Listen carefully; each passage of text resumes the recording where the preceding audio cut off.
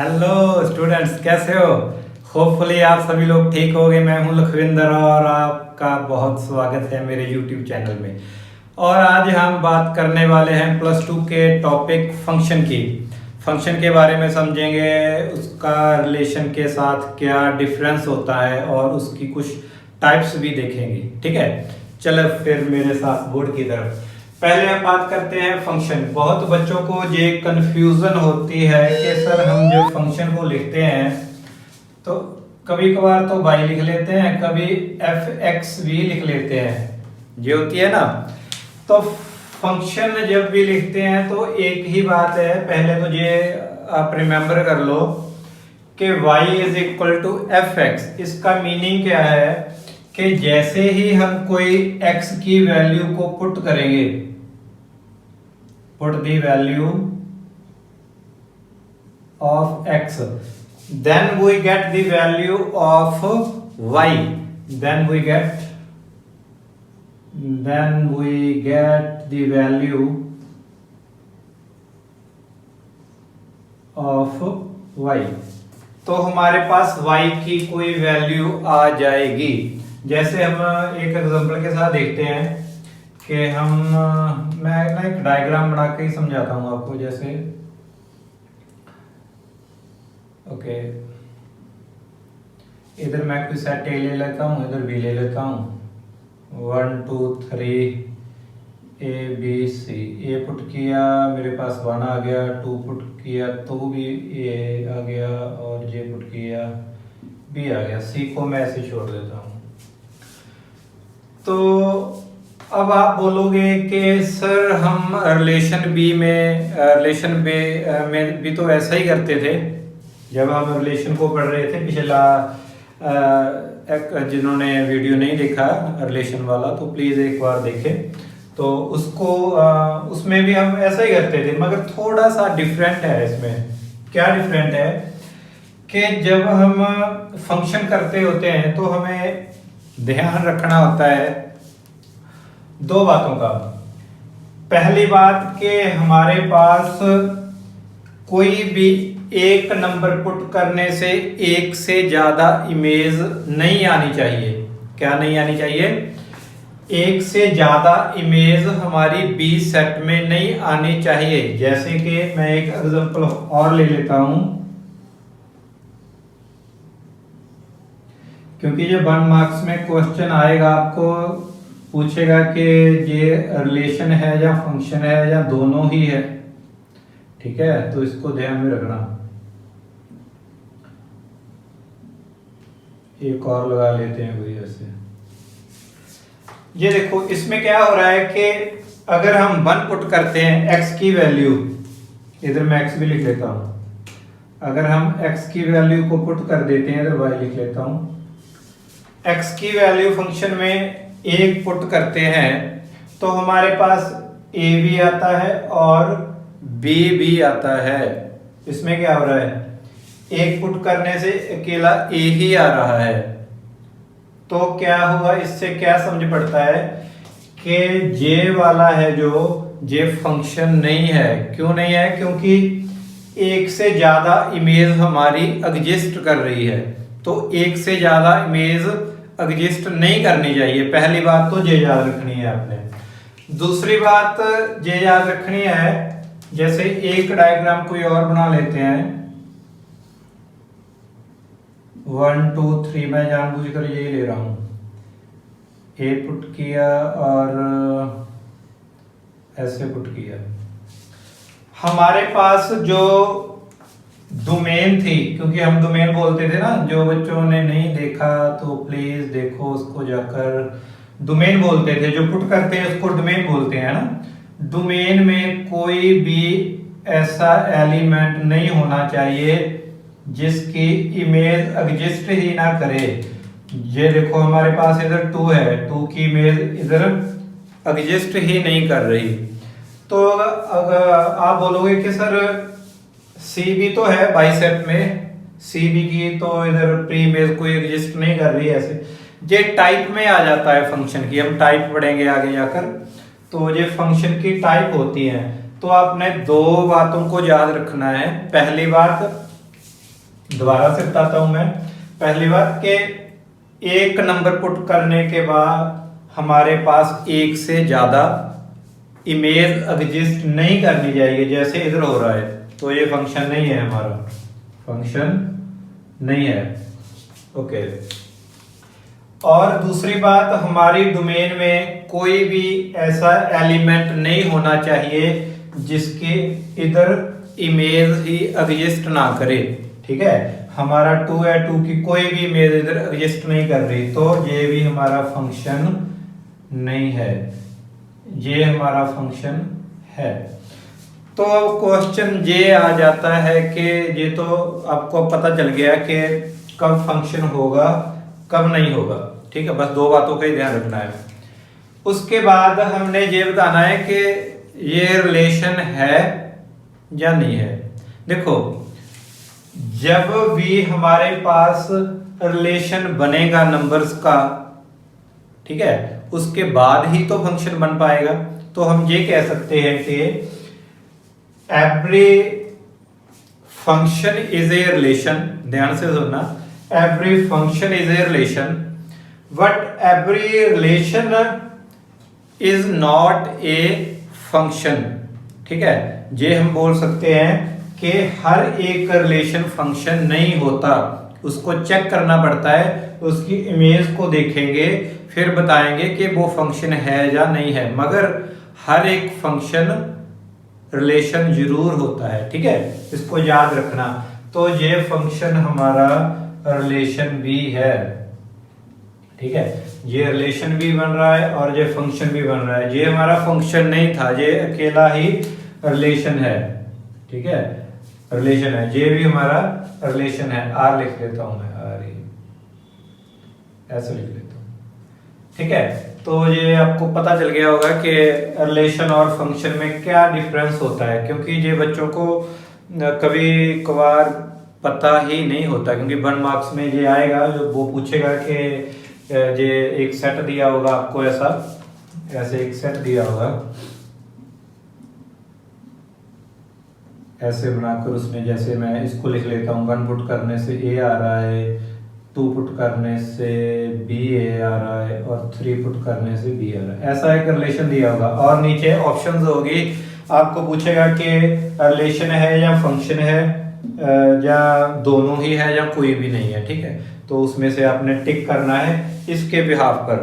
हम आपने दो बातों का ध्यान रखना है। कौन सी हैं वो मैंने बता दी हैं कि एक कोई भी सिंगल एलिमेंट की इमेज नहीं होनी चाहिए एक से ज्यादा।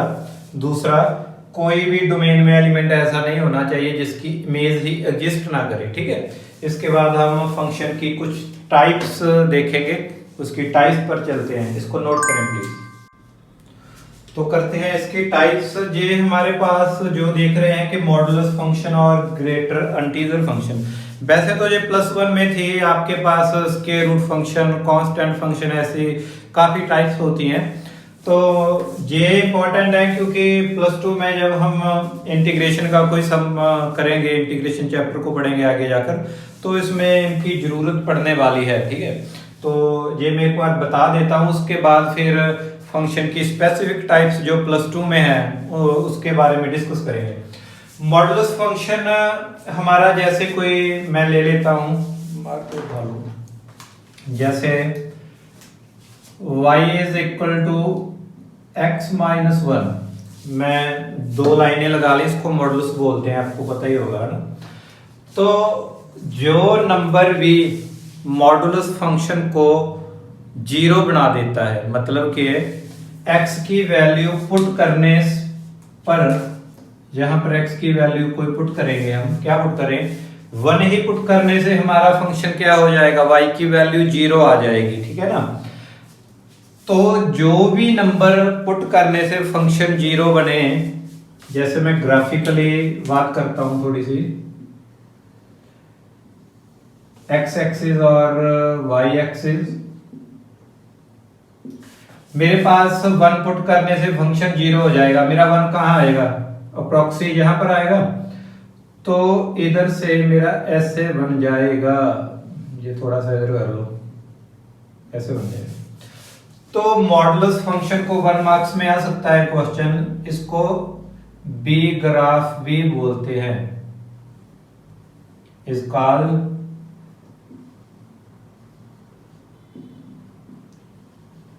Also is called B graph, इसको नोट करो, ठीक है। इसका मीनिंग क्या होता है, जब हम area related to integration function में पढ़ेंगे तो इधर नेगेटिव साइड आ जाती है, इधर पॉजिटिव साइड होती है, मतलब कि हमारी राइट साइड में जो भी एरिया आता है, जहां उस पॉइंट के बाद जिस पॉइंट पे फंक्शन 0 बने, ठीक है, उसके बाद जो भी एरिया आता है वो पॉजिटिव होता है, उसकी लेफ्ट साइड में जो आता है वो सारा ही एरिया हमारे पास नेगेटिव होता है। इसको नोट करो, ठीक है, क्योंकि बच्चों को ये अगर नहीं पता होता तो फिर वहां जाकर थोड़ा सा फंस जाते हैं, ये सर कैसे आया, ऐसे क्वेश्चन करते हैं, तो ये पता होना चाहिए। एक मॉडुलस की खासियत ये है कि जब भी हम किसी वेरिएबल से मॉडुलस हटाते हैं, जैसे कि मैं x से मॉडुलस हटाऊंगा, इधर 4 लिख लो, तो मेरे पास जो वैल्यू आएगी जब मैं वेरिएबल से मॉडुलस हटाऊंगा तो प्लस माइनस 4 आएगी। ये देखो, एक एरिया मेरे पास माइनस का, एक पॉजिटिव का है, मतलब कि एक नंबर मेरा माइनस की तरफ जाएगा, एक पॉजिटिव की तरफ। तो ये याद रखना, ये अगर किसी नंबर के ऊपर हो, जैसे मैं इधर 2 हो जाएगा, -2 हो तो भी 2 हो जाएगा, अगर पॉजिटिव 2 हो तो 2 ही आएगा, अगर -2 हो तो हमारे पास पॉजिटिव का 2 आएगा। तो ये थोड़ी सी याद रखो, इसको इसकी जरूरत पड़ने वाली है आगे जाकर। ग्रेटर इंटीजर फंक्शन, जिसके नाम से ही पता चलता है ग्रेटर इंटीजर, मतलब कि जो इंटीजर ग्रेटर हो। ओके, इसको भी समझते हैं, इसको नोट कर लो ना। ओके, तो जब हम करेंगे, जैसे मैं कोई ना फंक्शन ग्रेटर इंटीजर की वैल्यू मैं ले लेता हूं 5/2 ऐसे, इसको और इज दैट ऐसे भी लिख सकते हैं 2.5, यही मैंने लिखा है, ठीक है।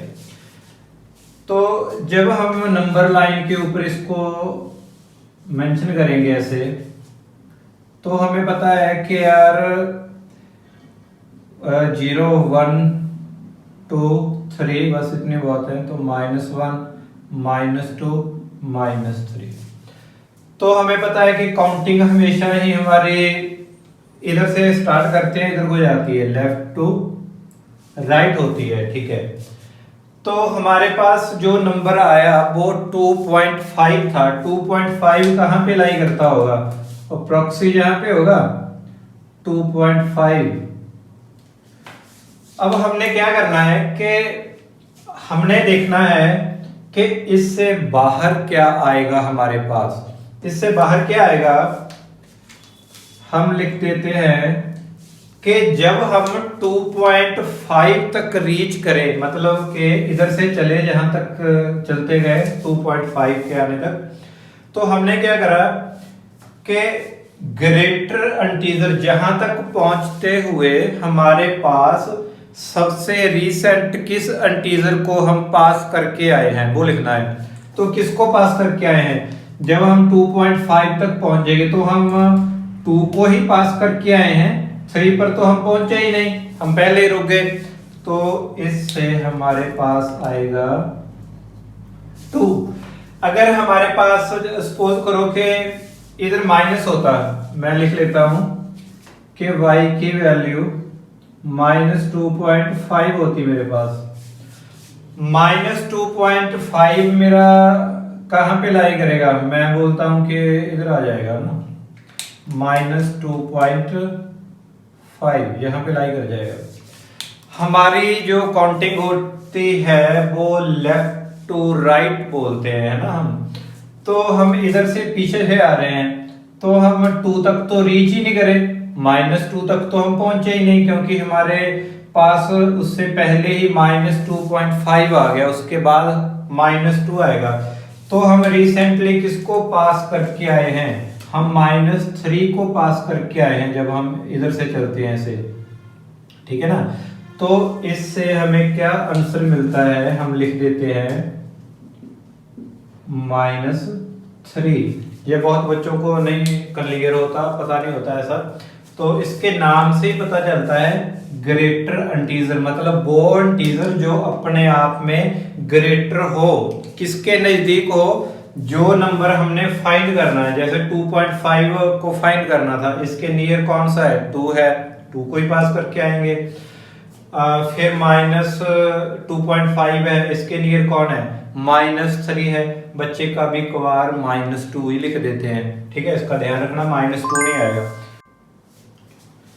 आगे चलते हैं, आगे हमारे पास इसकी कुछ टाइप्स हैं। जैसे हम पहली टाइप के बारे में बात करें, 1-1 फंक्शन। इसके नाम से ही पता चलता है कि 1-1 फंक्शन क्या होता है। जैसे मैं डायग्राम बनाकर ही समझाने वाला हूं आपको,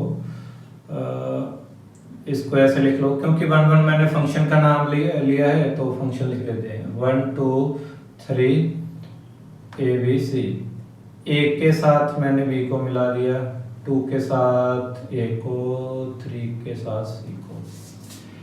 हमारे पास एक नंबर पुट करने से एक ही इमेज आए, मगर वो डिफरेंट है। ये देखो, ऐसा नहीं है कि मेरे पास 2 पुट करूंगा तो भी मेरे पास B ही आ जाएगा। 2 को पुट करने से A आएगा मेरे पास, 3 को पुट करने से C आएगा, 1 को पुट करने से B आएगा। मतलब कि मैं डिफरेंट एलिमेंट कोई पुट कर रहा हूं और डिफरेंट इमेज मेरी एग्जिस्ट कर रही है, ठीक है। तो एक एक ही कर रही है, इसको क्या बोलते हैं, 1-1 फंक्शन। और इसको एक इंजेक्टिव भी बोल देते हैं, इधर लिखना भूल गया, कभी कभार आपको 1 मार्क्स में पूछ सकता है ये, तो इसको भी नोट करें प्लीज। इसको इंजेक्टिव फंक्शन भी बोल देते हैं, ठीक है। उसके बाद आता है हमारा onto function. Onto function में क्या होता है कि हमारे पास ऐसे ही, मैं कोई लिख लेता हूं,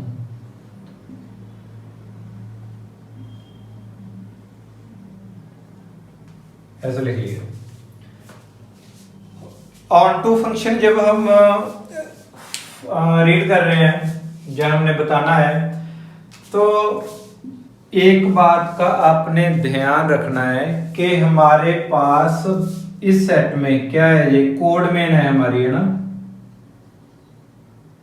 कोड मेन में कोई भी एलिमेंट ऐसा नहीं होना चाहिए जिसकी प्री इमेज हमारी डोमेन में एग्जिस्ट ना करती हो। जैसे इधर मैं कोई C लिख लूं, इसकी तो इधर कोई इमेज ही नहीं है, तो ये ऑन टू नहीं होगा। मगर मैं इधर लिखूंगा ही नहीं ऐसा कोई भी एलिमेंट जिसकी इस साइड इमेज ना हो। जैसे कि 1 को पुट किया तो तब भी मेरे पास A आ रहा है, 2 को पुट किया तब भी A आ रहा है, 3 को पुट किया तो B आ रहा है। तो इधर हमारा कोई ऐसा एलिमेंट नहीं है जिसकी डोमेन में प्री इमेज नहीं आ रही है, ठीक है, इसको याद रखना। तो इसको हम बोल देते हैं सर्जेक्टिव फंक्शन। मैं ब्लू मार्कर से लिखता हूं, सर्जेक्टिव, इसका अदर नेम होता है, ठीक है, इसको भी रिमेंबर रखो। हाँ, एक बात क्या हम इसको ऑन टू बोल सकते हैं? जो मैंने इधर 1-1 की एग्जांपल दी है, क्या हम इसको ऑन टू बोल सकते हैं? यस, हम इसको ऑन टू भी बोल सकते हैं। Also it is onto function. Onto function क्यों बोला है मैंने? क्योंकि हमारे पास कोड मेन में कोई भी एलिमेंट ऐसा नहीं था जिसकी डोमेन में प्री इमेज एग्जिस्ट ना करती हो। ये देखो A B C तीनों की तो है, 1 2 3 के साथ मैपिंग आ रही है हमारी, तो हम इसको ऑन टू भी बोल सकते हैं। क्या इसको वन वन बोल सकते हैं? नहीं बोल सकते। क्यों? क्योंकि हमारा वन पुट करने से ए आ रहा है और टू पुट करने से भी ए आ रहा है। हमने क्या बात की थी वन वन में कि डिफरेंट एलिमेंट्स हम पुट करें डोमेन के और डिफरेंट इमेजेस आनी चाहिए हमारी कोड मेन में, ठीक है, इसको याद रखना। फिर आता है many one function. Many one function like that कि इसको भी हम मैनी वन फंक्शन बोल सकते हैं। इसको मैनी वन फंक्शन बोल सकते हैं। क्यों बोल सकते हैं? क्योंकि हमारी मैनी वन और टू की इमेज ए ही आ रही है, मतलब कि डोमेन में एक से ज्यादा हमारे पास एलिमेंट ऐसे होने चाहिए जिनकी कोड मेन में एक ही इमेज आए, एक ही नंबर पर वो एग्जिस्ट करें, ठीक है। ऐसा भी बोल सकते हो, जैसे 1 का भी ए आया, 2 का भी ए आया, ठीक है ना, ए आ रहा है। एक मैं कोई और लिख लूं, 4 लिख लूं, 4 का भी ए आया, ठीक है। तो इसको मैंने वन फंक्शन भी बोल देते हैं। इसको ऑन टू बोल सकते हैं, जैसे ऑन टू तो है ये, ठीक है ना, ऑन टू तो है ही ये पहले से ही। क्योंकि ऑन टू होने के लिए तो एक ही कंडीशन होती है कि हमारे पास कोई भी एलिमेंट कोड मेन में ऐसा नहीं होना चाहिए जिसकी प्री इमेज दूसरी साइड ना हो। इसको रिमेंबर करना भाई। फिर उसके बाद आ जाता है onto function, sorry into function. जब इनटू फंक्शन आ जाता है तो मैं इधर डायग्राम बना लेता हूं। इनटू फंक्शन में थोड़ा सा डिफरेंस होता है।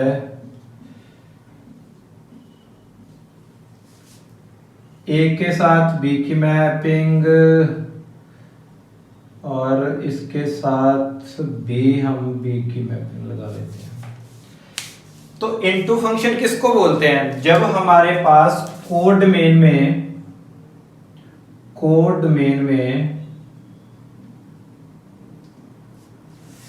मेन में कोई ऐसा एलिमेंट रह जाए जिसकी प्री इमेज एग्जिस्ट ना करती हो।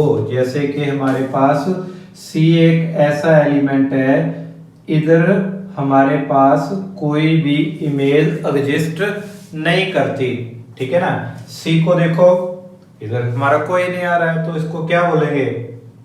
इनटू फंक्शन, ठीक है।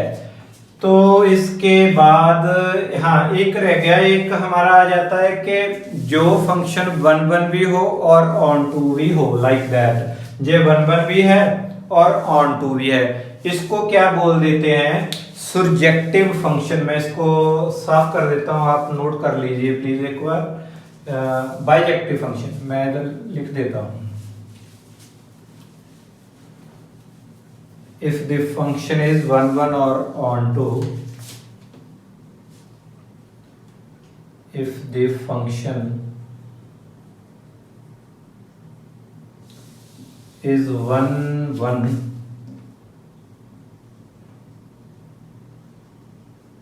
and onto, दोनों ही हो, then function it is called, या it is called he low, it is called bijective, ठीक है। इसको नोट करना, ये भी 1 मार्क्स में आ सकता है। ऐसा कोई फंक्शन बताओ उसे क्या बोलते हैं, उसका नाम क्या होता है जो 1 1 भी हो और ऑन टू भी हो। तो भाई हमने लिख दिया है कि उसको क्या बोलते हैं? बाइजेक्टिव फंक्शन बोलते हैं, जो 1 1 भी हो और ऑन टू भी हो। इसके बाद मैं एक ट्रिक भी बताता हूं आपको फंक्शन पता करने की, ये फंक्शन है या नहीं है, ठीक है। इसको नोट करें प्लीज।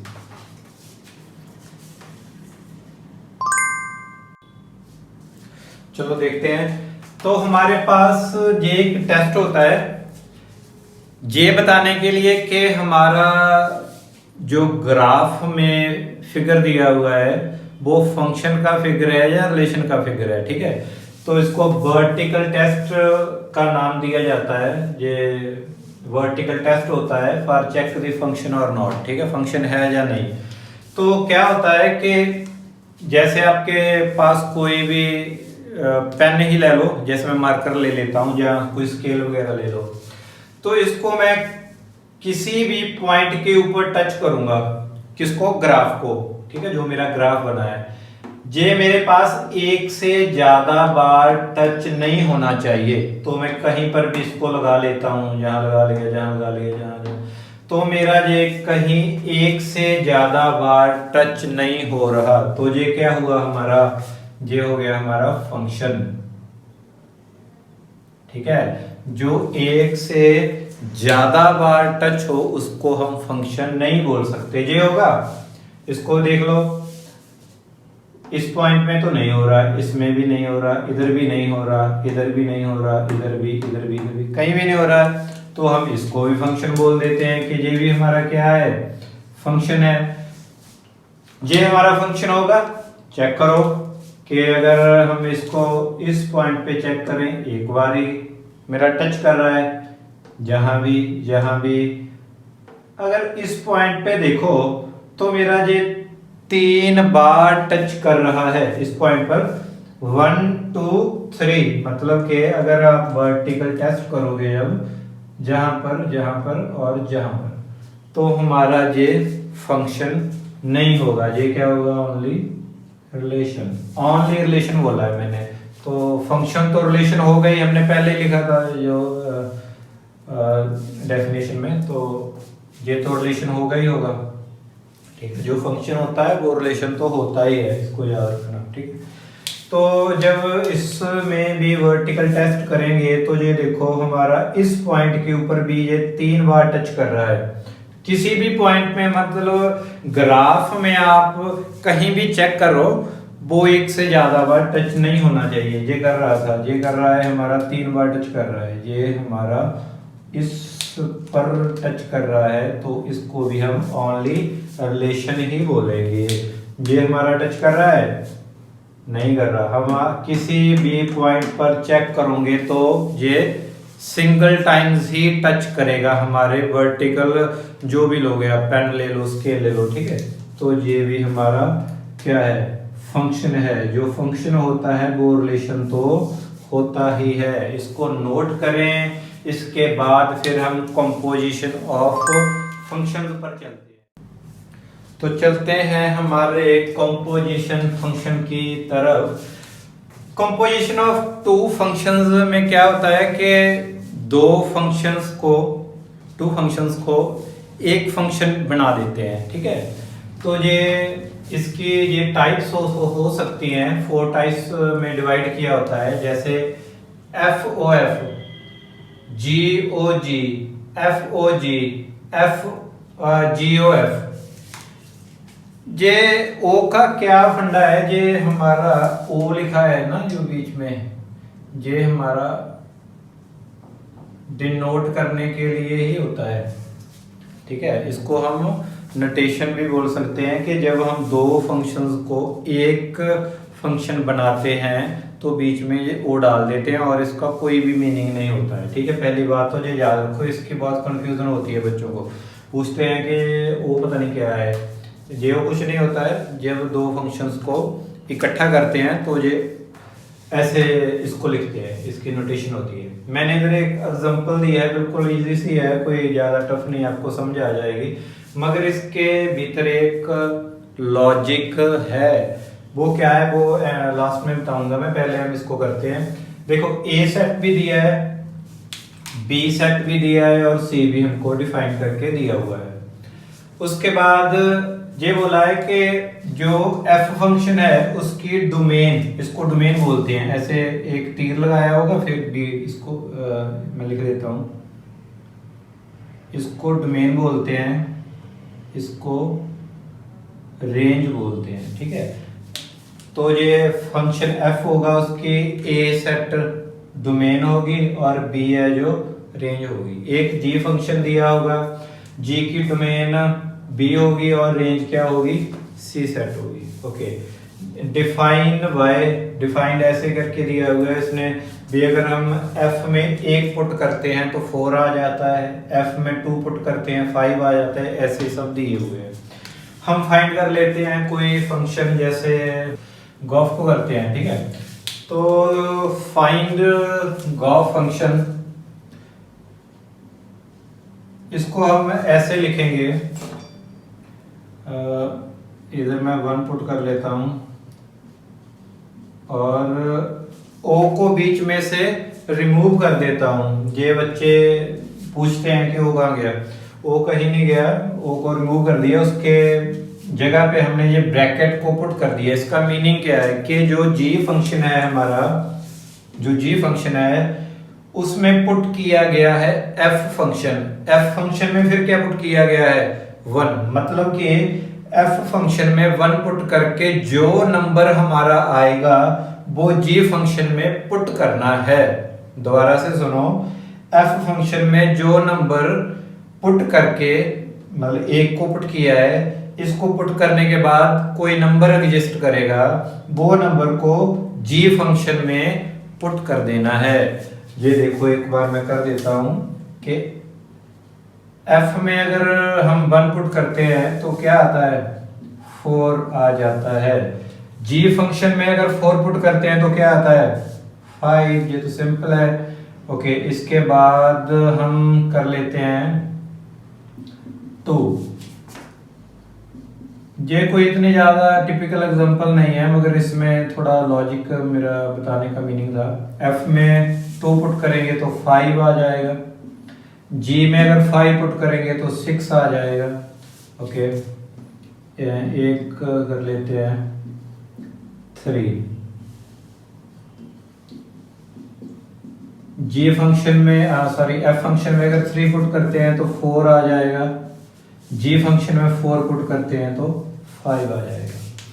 तो समझाने का मीनिंग क्या था, ये देखो कि इसकी पहले रेंज लिख लेते हैं। इसकी रेंज हमारी आ जाएगी 5 और 6, 5 और 6 ही आ रही है। तो डोमेन क्या आएगी, डोमेन आएगी हमारी 1, 2 और 3। ठीक है, तो बच्चों को ना ये थोड़ी कंफ्यूजन हो जाती है, वो पूछते हैं कि सर हमें कैसे पता चलेगा कि क्या पुट करना है इसमें। तो याद रखो, जो हमने पुट करना होता है, सॉरी फाइंड करना होता है, जैसे ये फाइंड करना है GOF, जो पीछे लिखा होता है, जो पीछे लिखा होता है इसकी हमने डोमेन पुट करनी होती है। तो आंसर क्या आना चाहिए हमारे पास, आंसर जी की रेंज आना चाहिए। पता चल गया ना, ये ही था हमारा बताने वाला। तो ये बताने वाली बात थी कि जब गॉफ को फाइंड करेंगे, जो पीछे लिखा होता है इसकी डोमेन को पुट करना होता है, डोमेन के एलिमेंट्स को। इसके डोमेन के एलिमेंट क्या है, जैसे जी है, जी की सॉरी एफ है, एफ की डोमेन के एलिमेंट क्या होंगे हमारे पास, एफ के डोमेन के एलिमेंट ए है, ए में क्या आता है 1, 2, 3 आता है। तो हमने 1, 2 और 3 को ही पुट किया है। ठीक है, तो रेंज क्या आती थी हमारी जी की, जी फंक्शन की रेंज हमारी सी आती थी। सी सेट में कौन से हैं, 5 और 6। तो ये देखो हमारी रेंज में क्या आ रहा है, 5 और 6 ही आ रहा है। ठीक है, तो प्लीज इसे नोट करें, फिर आगे करते हैं।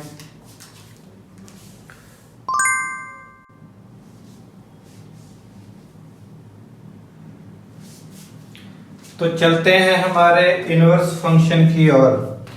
एग्जाम में पहले आपसे ये पूछा जाता था, मतलब जब सब्जेक्टिव क्वेश्चन आते थे कि फंक्शन को इन्वर्टिबल प्रूव करो और बाद में इनवर्स फंक्शन का भी पता करो, क्या आएगा। अब तो ये नहीं आएगा, तो मगर हमें 1 मार्क्स में ये पूछ सकता है कि इन्वर्टिबल कब होता है। तो देखते हैं, if function is 1, 1 and onto then f is called invertible. अगर फंक्शन 1, 1 और ऑन टू है तो उसको इन्वर्टिबल बोलेंगे। तो हम इसका इनवर्स फाइंड कर सकते हैं, ऐसे भी बोल सकते हैं। और अगर फंक्शन पहले ही बोला, प्रूव किया करना हो हमने कि प्रूव करोगे फंक्शन इन्वर्टिबल है, जब उसने बोला है कि फंक्शन इन्वर्टिबल है, इन्वर्टिबल कब होगा, then f is 1, 1 and onto, ठीक है। अगर फंक्शन पहले से ही बोला है कि यार मुझे पता है इन्वर्टिबल है, आप प्रूव करवा दो, तो आप प्रूव में क्या करवाओगे, f is 1 1 and onto, ठीक है। मैंने एक एग्जांपल भी दी है इधर, ये मॉडर्न की एग्जांपल है एक्सरसाइज की कोई। जैसे जी इनवर्स फंक्शन में एप्पल को पुट किया तो ए आया, जी में इनवर्स में बॉल को पुट किया तो बी आया, ऐसे ही आप देख सकते हो।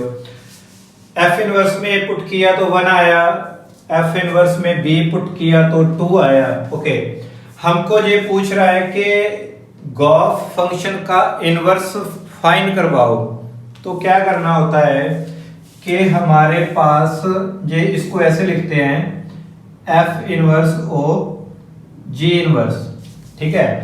जो हमारा पीछे लिखा होता है वो आगे आ जाता है, जो आगे लिखा होता है वो पीछे चल जाता है, ठीक है। बहुत बच्चे मैंने देखा है कि ऐसे लिख लेते हैं, इसको सीधे लिख लेते हैं कि G inverse O F inverse, ऐसे लिख देते हैं और फिर फाइंड कर देते हैं। ये गलत हो जाएगा टोटली, ऐसे नहीं करना है, ठीक है। तो पहले एफ इनवर्स और जी इनवर्स को लिखना है। तो फिर हमने सीखा है कि क्या इसमें पुट करेंगे, हम इसमें पुट करेंगे जी फंक्शन की डोमेन को पुट करेंगे। आंसर हमारा क्या आना चाहिए, इस फंक्शन की रेंज क्या है, ये एफ इनवर्स। तो हमारे पास जी फंक्शन की डोमेन क्या होगी, जो पुट किया है, पुट क्या किया है, एक बार एप्पल पुट किया है, एक बाल पुट किया है, एक कैट पुट किया है। तो हमने F inverse of ji inverse में एप्पल बाल कैट को पुट कर देना है, डोमेन के एलिमेंट है ये, ऐसे पुट करना है। मैं एक बार दिखला देता हूं एक करके आपको। जैसे एफ इनवर्स ओ जी इनवर्स, इधर एप्पल पुट किया, इसको ऐसे लिखना है, ओ को खत्म कर देंगे, ब्रैकेट को डालेंगे और इसमें एप्पल को पुट करेंगे ऐसे। जी इनवर्स में एप्पल को पुट करने पर क्या आ रहा था हमारे पास, ए आ रहा था, इसको लिखेंगे ए। एफ इनवर्स में अगर ए पुट करें तो क्या आता है, 1 आता है। ऐसे ही हम बाल को पुट करेंगे और कैट को पुट करेंगे, तो कंक्लूजन ये निकल कर आता है कि जो हम पुट करेंगे वो जी फंक्शन के डोमेन के एलिमेंट होंगे सभी, ठीक है ना। एप्पल को पुट कर लेंगे, फिर बाल को पुट कर लेंगे, फिर कैट को। जो हमारा आंसर आएगा वो एफ फंक्शन की रेंज आनी चाहिए। एफ फंक्शन की रेंज क्या है हमारे पास, 1 है, 2 है, 3 है। ये देखो हमारे पास क्या आ रहा है, 1 ही तो आ रहा है। ऐसे ही जब नेक्स्ट करोगे तो 2 आ जाएगा, ऐसे ही करोगे तो 3 आ जाएगा। ये एक ओवरव्यू था हमारा इस चैप्टर का। तो इसके बाद थोड़ा बाइनरी ऑपरेशन आते हैं। बाइनरी ऑपरेशन हमारे सिलेबस में से निकाल दिए गए हैं, वो नहीं है, इन 2-3 साल हो गए, पहले होते थे अब नहीं है। तो फिर इसके बाद हम MCQs की बहुत ही इम्पोर्टेंट वीडियो शूट करेंगे और आपके लिए लेकर आएंगे। तो उसमें अच्छे अच्छे क्वेश्चन डालेंगे और साथ में काफ़ी ऐसे क्वेश्चन होते हैं जिसकी शॉर्ट ट्रिक भी होती है, जो इसके भीतर हम नहीं बता सकते, तो उसके ऊपर भी बात करेंगे। कुछ क्वेश्चन ऐसे होते हैं जट से फाइंड कर सकते हैं हम उस ट्रिक से, ठीक है। तो देखते रहें, तो लाइक करें, शेयर करें और अपने दोस्त मित्रों के साथ, तो उनको भी हेल्प होगी। तो चैनल को सब्सक्राइब करें। तो फिर मिलते हैं किसी न्यू वीडियो के साथ। Thank you.